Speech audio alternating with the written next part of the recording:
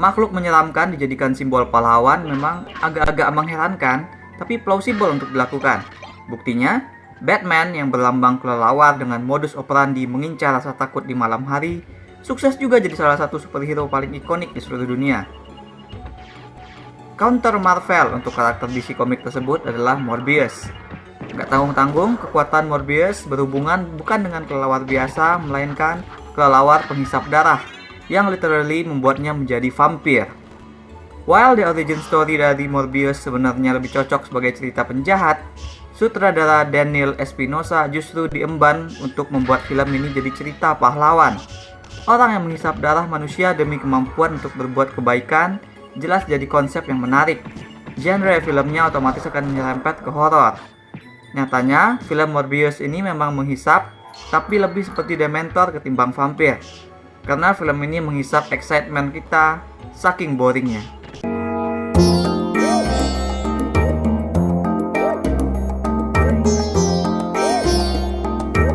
Espinosa kesusahan untuk mengimbangi tuntutan naskah membuat Morbius menjadi pahlawan. Setup karakternya tampak sebagai bagian yang paling mudah yang berhasil Espinosa lakukan. Morbius adalah seorang dokter yang mendedikasikan dirinya untuk mencari kesembuhan dari penyakit-penyakit karena dirinya sendiri mengidap penyakit darah yang langka. Penyakit yang mengharuskan dirinya pakai tongkat untuk berjalan. Penyakit yang membuat dirinya dan sahabatnya Milo sedari kecil dibully. Penyakit yang gak ada obatnya. Si Michael Morbius bisa banget dapat simpati. Dia dokter pintar yang ramah. Ada adegan dia dekat dengan pasien anak-anak. Dia dokter yang mau cari perfect cure untuk mengobati bukan saja dirinya dan sahabat, tapi juga seluruh umat manusia. Namun ketika elemen yang lebih gelap dari cerita ini tiba, Espinosa kehilangan segala keseimbangan. Morbius menemukan cara menyatukan DNA manusia dengan kelelawar. Dia mencoba serum ciptaannya kepada dirinya sendiri. Sekarang dia berubah menjadi vampir super kuat yang punya dahaga terus-menerus akan darah manusia. Di titik yang mulai seru tersebut, bayangkan konflik moral dan konflik dengan sahabat yang menerpa si Morbius. Film ini justru jadi gagap dalam eksplorasi. Ini cerita orang yang mau jadi superhero tapi harus merelakan dirinya sebagai antihero saja, tapi tidak tampil seunik itu. Plot point naskah Morbius memang terasa seperti cerita villain atau setidaknya cerita antihero. Memang ada berusaha membuat Morbius jadi pahlawan. Cerita tidak melulu membahas konflik personal. Ada bagian dia menumpas kejahatan publik seperti persoalan sindikat uang palsu. Atau ketika film membuat korban-korban pertama yang dimangsa oleh Morbius adalah security yang bukan dari orang baik-baik. Tapi in terms of development, cerita Morbius mengambil poin-poin cerita orang yang berdegradasi. I mean, blueprintnya mirip cerita The Fly malah. Ilmuwan yang mencoba eksperimen untuk kebaikan yang lebih besar, tapi malah mengubah hidupnya menjadi less and less human. Saga seseorang yang menyadari ambisi pribadi pada akhirnya mendatangkan petaka bahwa dia harus meluruskan niatnya. Kalau nggak mau jauh-jauh, kita bisa bandingkan Morbius yang asalnya adalah karakter dari dunia cerita Spider-Man dengan Lizard Man. Itu loh, musuh Spider-Man yang tadinya dokter yang bereksperimen dengan cicak demi mengobati lengannya, yang lalu malah berubah menjadi manusia kadal. Karakter Lizard Man telah muncul di film Amazing Spider-Man tahun 2012, film Spider-Man yang dibuat oleh Sony seperti Morbius ini. So ya, ultimately aku merasa film Morbius terjebak dalam jaring-jaring cinematic universe buatan Sony. Kreatifnya terhambat karena apparently Sony hanya tahu satu cara membuat cerita tentang orang yang menjadi monster, dan hanya tahu satu cara untuk membuat cerita tentang monster jadi protagonis atau antihero utama. Sehingga jadilah Michael Morbius sebagai karakter template. Originnya standar cerita villain. Lalu untuk membuatnya sebagai superhero, film simply mempastekan elemen-elemen film Venom yang juga dibuat oleh Sony. Ya, pergulatan inner Michael Morbius dengan kekuatan vampir yang membuatnya jadi monster pemangsa manusia dilakukan dengan dangkal dan sederhana, sehingga nyaris nggak banyak berbeda dengan Eddie Brock yang bergulat dengan Venom yang sesekali sosoknya muncul ke permukaan tubuh Brock. Dalam film Morbius, wajah Michael akan kerap menjadi seram ala vampir, lengkap dengan mata merah dan taring-taring tajam untuk menandakan dia sedang kesusahan menahan dahaga atau kekuatan vampirnya. Film bahkan ngakuin persamaan Venom dengan Morbius dengan membuat ada dialog si Michael menyebut, "Aku Venom." Dia bilang gitu kepada seorang penjahat yang ketakutan. Nah, studio mungkin menyangka sengaja ngakuin kemiripan dengan menjadikannya candaan dalam dialog itu bakal membuat film terdengar pintar. Enggak, malah jadi kayak sebuah kreasi yang malas. Bedanya film ini dengan Venom, cuma di Morbius nggak ada banter dialog yang lucu. Kan yang bikin Venom menghibur tuh ya interaksi antara Eddie dengan si simbiot dengan Venom. Nah, si Michael nggak berdialog dengan darah vampirnya. Jadi entertainmentnya sudah berkurang di sini poinnya kan. Terus si Morbius ini efek CGI-nya tuh lebih parah. Sosok wajah versi vampir para karakter terlihat murahan. Lebih kayak vampir low budget yang lebih works out kalau dibikin sebagai film komedi parodi aja gitu. Aku nggak ngerti kenapa film ini nggak pakai efek prostetik atau efek praktikal aja untuk menghidupkan sosok vampir. Padahal kan film ini berbau horor gitu. Efek prostetik yang praktikal jelas jadi pilihan yang tepat dalam menghidupkan creature film-film horor. Lihat The Fly yang versi Cronenberg terutama. Atau lihat Malignant yang berhasil jadi horror campy dengan paduan efek praktikal dan digital. Morbius adalah cerita seorang manusia bertransformasi menjadi vampir buas, tapi semua transformasi krusial bagi karakternya terjadi off-screen, kita nggak lihat. Film menawarkan banyak momen-momen body horror yang harusnya bisa nguatin karakter yang menghidupi cerita mereka. Jadi penekanan dari manusia ke vampir itu diperlihatkan dengan body horror itu gitu. Bayangkan kan dokter berubah jadi vampir kan mestinya tuh bukan saja seram, tapi juga kan ke personalnya kerasa, ke emosionalnya kerasa gitu. Adegan aksi tentu saja jadi ikut kena getahnya karena CGI ini. Pertarungan-pertarungan di Morbius sama sekali tidak bisa untuk diikuti lantaran film bergantung terlalu banyak pada CGI. Kita nggak bisa melihat apa yang terjadi dengan jelas. Semuanya cepat.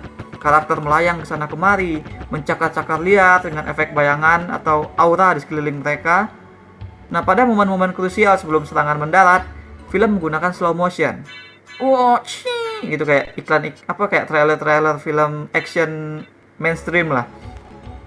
Tapi tetap nggak ngefek apa-apa selain membuat dua vampir yang bertarung tampak cheesy dan konyol, not in a good way. Jared Leto nggak banyak ngapa-ngapain jadinya di sini selain pasang tampang kayak orang sakit dan menggeram-geram saat jadi vampir. Momen yang mengharuskan dia untuk menggali ke dalam karakternya nggak pernah bertahan lama. Film terus saja kembali entah itu ke eksposisi mambo jumbo scenes atau ke elemen-elemen template atau ke porsi laga yang completely unwatchable. Leto memainkan Morbius yang berawal dari dokter yang pede bakal bisa menemukan obat, ke dilema moral dari penemuannya, terus stop di sana. Nggak kuat lagi terasa perubahan atau perkembangan karakternya. Bagian ketika dia nanti jadi menerima kenyataan dan mencoba menggunakan kutukannya menjadi kekuatan, jadi samar dan lemah karena tertutupi oleh film yang malah mencuatkan motivasinya untuk menyetop sahabatnya saja. Setelah midpoint, karakter yang diperankan Jared Leto jadi kalah mencuat. Motivasi penjahat di film justru jadi lebih kuat dan lebih clear. Padahal gagasan ceritanya sebenarnya cukup menarik. Dan sebenarnya mungkin cukup relevan ditonton di masa-masa kehidupan kita masih dibayangi oleh COVID. Karena lewat konflik dua karakter sentralnya ini, film mengangkat diskusi soal kesehatan apakah sebuah hak atau sebuah privilege sebagian orang saja. Jawaban yang disuguhkan oleh film di akhir perjuangan Morbius nanti cukup dark, dan it could be true, reflecting our society. Relasi yang jadi inti cerita adalah antara Michael dengan sahabat masa kecil senasib sepenanggungannya di panti, si Milo, diperankan oleh Matt Smith yang juga berusaha memanfaatkan setiap screen time-nya untuk menghasilkan karakter yang menarik secara maksimal. Mereka harus terpisah karena Michael dikirim ke sekolah khusus untuk mengembangkan bakat dan kepintarannya. Sementara Milo yang terus menunggu janji Michael untuk kembali dan membawa obat kesembuhan mereka, perlahan menjadi bitter dengan dunia yang meremehkan mereka. Nah, nanti saat Michael ketakutan dengan efek obatnya dan berusaha menghilangkan itu, si Milo justru melihat ini sebagai kesembuhan total, kesempatan yang luar biasa gitu. Keduanya jadi berantem karena beda pandangan. Hubungan inilah yang mestinya terus digali, yang dikembangkan dengan seksama dengan detail. Rajut persahabatan dan konflik mereka sehingga benar-benar berarti dan jadi stake bagi karakter, sehingga kita bisa mempedulikan mereka lebih daripada sekedar oh si Milo lebih kuat karena dia nyantap darah asli, si Morbius enggak. Gitu doang. Film hanya memperlihatkan ala kadar, melompat periode waktu seenaknya. Persahabatan dan konflik mereka nggak ada ritme. Pertemuan pertama Leto dan Smith yang kita lihat ternyata udah bukan dalam konteks mereka akhirnya bertemu setelah sekian lama.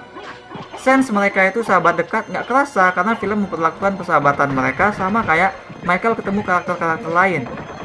Film malah membagi fokus dengan soal romans si Michael dengan seorang karakter dokter perempuan. Yang juga sama-sama kurang tergali bagian romansnya ini. Bedanya si soal romans ini dibiarkan di permukaan karena film ingin menjadikannya hook buat sequel. Ya, kembali ke permasalahan utama yang disebut tadi, film Morbius terjebak di jaring-jaring cinematic universe.